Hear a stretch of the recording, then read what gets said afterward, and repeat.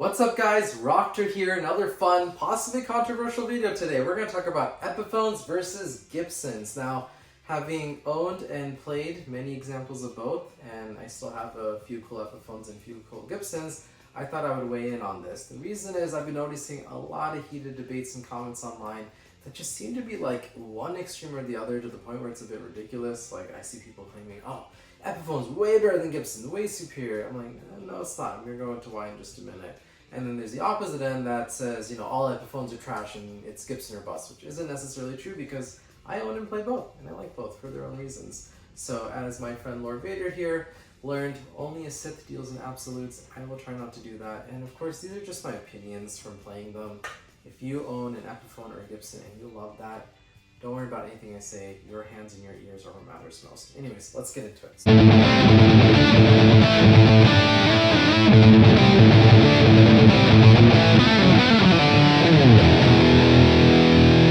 So first and foremost, I'm just going to put it out there, having played both. They do not feel and they do not look the same. The Epiphone is not equal to or better than the Gibson. The biggest reason is, who owns Epiphone? Gibson. Gibson owns Epiphone. And Epiphone is Gibson's budget import line. Now, they would love to sell Epiphones to make money on it, but they do not want their Epiphone budget guitars to take sales away from their flagship pricier model guitars. It's just bad business. They do not want their import budget line to upstage their flagship main line. So, save for maybe an exception here or there, which I believe Philip McKnight, Know Your Gear, did a review of Epiphone Firebird, which he actually said played and sounded as good as the Gibson. But I feel like those cases of Epiphones being as good or better than Gibsons are more exceptions and not the norm, because Gibson would not want that. Gibson wants Gibson to be their main guitar and what people buy, because that's the more expensive one. They want to keep Epiphone as their import budget guitar. So we got that out of the way. Now let's go into what I think are tangible major differences that I notice as a player. And then I'll go into less tangible stuff that maybe you don't notice so much in terms of your playing experience, but it might still be important to you. So in terms of playing experience, tangible stuff, it comes down to two main things. That's the finish and the fretwork. The finish, Epiphones have polyurethane, and Gibsons use nitrocellulose. Polyurethane is a little thicker, a little harder, a more plasticky feeling, and nitrocellulose a little bit more thinner, feels more natural, a little closer to the wood. Most of us, including myself, you do prefer nitrocellulose because it feels a little thinner, a little closer to the wood, a little more natural, and it is a more premium feature. It's more labor intensive to apply nitrocellulose, so generally the higher end guitars get nitrocellulose, so it is something that's a little more desired. That being said, because it's a little thinner, nitrocellulose is way more sensitive, way more prone to nicks, dings, scratches. I even have to put this cloth on the stand because the stand itself will leave a mark in the nitrocellulose finish. Polyurethane, on the other hand, is super durable. If you want a guitar that's not going to age, this thing is from the early 2000s and has barely aged at all, polyurethane is the way to go. A lot more durable. Your guitar will look mostly brand new for years and years, but if you want a guitar that's going to relic and age nicely, nitro might be the way to go. And in terms of the fretwork, that's where I see the other big difference. The fret edges on the Epiphones usually feel sharper for two reasons. One, Gibson's frets are covered with fret nibs, so both guitars have binding, but the Epiphone fret edges are still exposed. The binding does not cover the edges of the frets. On the Gibson, the binding actually goes over the edges of the frets, and you get these fret nibs covering it. So in the Gibson, you don't really get the sharp fret ends if there's binding, because the fret nibs cover the fret edges, and it just feels super smooth. Epiphone, on the other hand, because the fret edges are exposed, if the fretwork has not been done properly, which many of these cheaper import guitars do not have, well-rounded or well-done frets, they'll have sharp fret edges that you feel on the Epiphone. The frets themselves also feel a little scratchier on the Epiphones out of the box, I've noticed. They're not as polished, and the Gibsons, because they get a plec job out of the factory, I find the overall quality and feel of the frets and the fretwork is just a level up from where the Epiphone's at. So between the thicker polyurethane finish and the fret edges sometimes being sharp and the frets being scratchy, I pretty quickly can tell when I'm holding an Epiphone versus a Gibson. And as a player, from a playability perspective, I think those are the things that make the biggest difference between the two.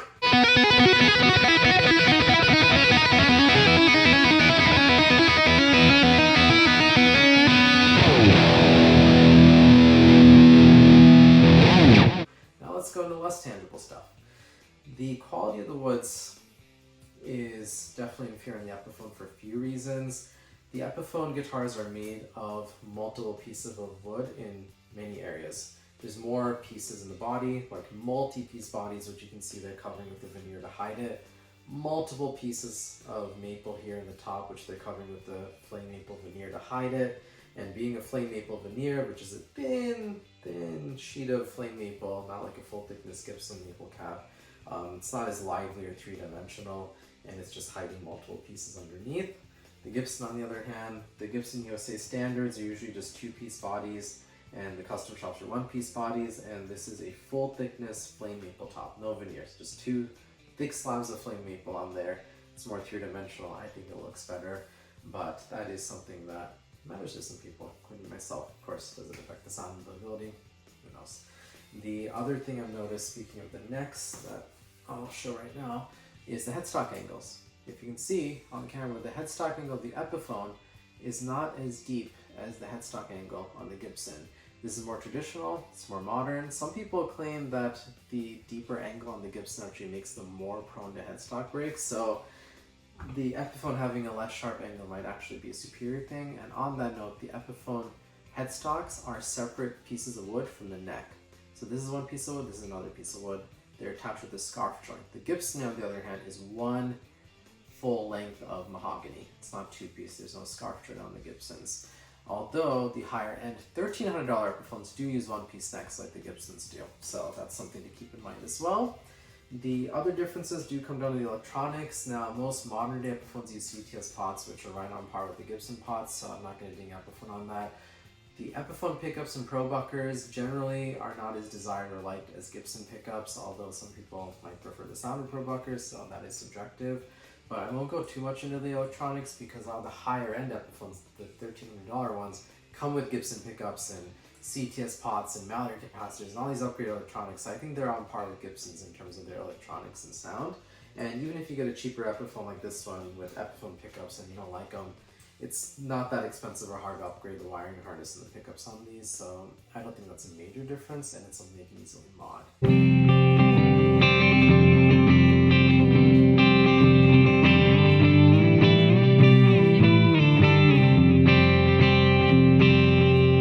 So those are some of the kind of tangible and less tangible. If you are into modding guitars, speaking of something to note, Epiphone uses metric measurements for their parts made in the East. Gibsons use imperial measurements, so you can't interchange parts on these. That is something that might be important if you do like to mod your guitars.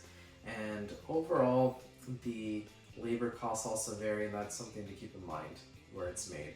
For some people, where it's made does not matter at all. Whether it's made in the US or in China or in Korea, they don't care. A good guitar is a good guitar, and that's totally fine. For some others, where it's made might be important. I do get a bit of a warm and fuzzy feeling knowing, hey, this is made in the USA. You know, that's something nice, but you pay for that.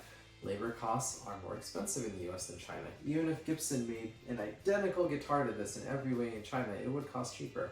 Just the way it is. If you want USA made, that's important to you, Gibson is the way to go, but you will pay a premium for that. And now, as far as the overall value in the resale market, I find the Gibsons are better as well.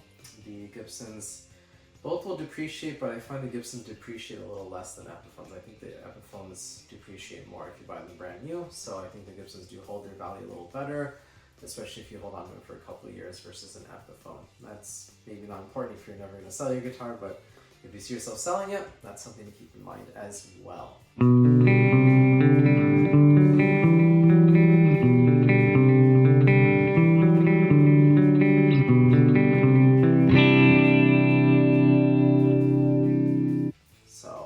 Hopefully those went over the major stuff. The final thing I want to talk about is just the emotional feeling. And for some, this might not matter, and it's going to sound ridiculous, but when I look at the Gibson on the headstock, I smile. I just do. All my heroes played Gibsons, Angus Young, Jimmy Page, they had Gibsons on stage, not Epiphones. And there's just this really good feeling when you're holding a guitar and you see that on the headstock. It inspires you. It just makes you want to practice more and play that guitar, and you just appreciate the history behind it. And again, this is one of those things might not matter at all to someone, but some players like myself, it's important. And for me, it was worth the premium for that. The best example I can give is, do you get a Toyota or do you get a Ferrari? If your goal is just to get from point A to point B, either's going to do the job. You'd be perfectly fine with the Toyota. You don't need a Ferrari. But if you are a big car enthusiast, you love the history of Ferrari and that added performance that it has, and you're going to still want a Ferrari. Toyota won't make you as happy. So for me, this is still my favorite, and for reasons I mentioned, this is still the better guitar in most ways. But I will say, these are $500 to $700, I think. These are like $3,000. Is this more than 3 times as good as this? I don't think so. There's a lot of diminishing returns, and I'd say it's probably more like 30% better. So, you know, value-wise, the Epiphone might still be the better value for the money, and especially if you get an Epiphone and you know, round out the fret edges, polish up the frets, give it an ace setup, make sure it's got some good pickups in it, some CTS pots and stuff, upgraded wiring. In terms of playability and sound, I mean, you're set. You don't need anything more than that. So anyways, hopefully that was helpful and informative and relatively balanced. Let me know what you think down in the comments. Do you prefer Epiphone? Do you prefer Gibson? Do you love both? Let me know why, and definitely like and subscribe if you enjoyed this. Really appreciate you guys watching, and catch you on the next one. Bye.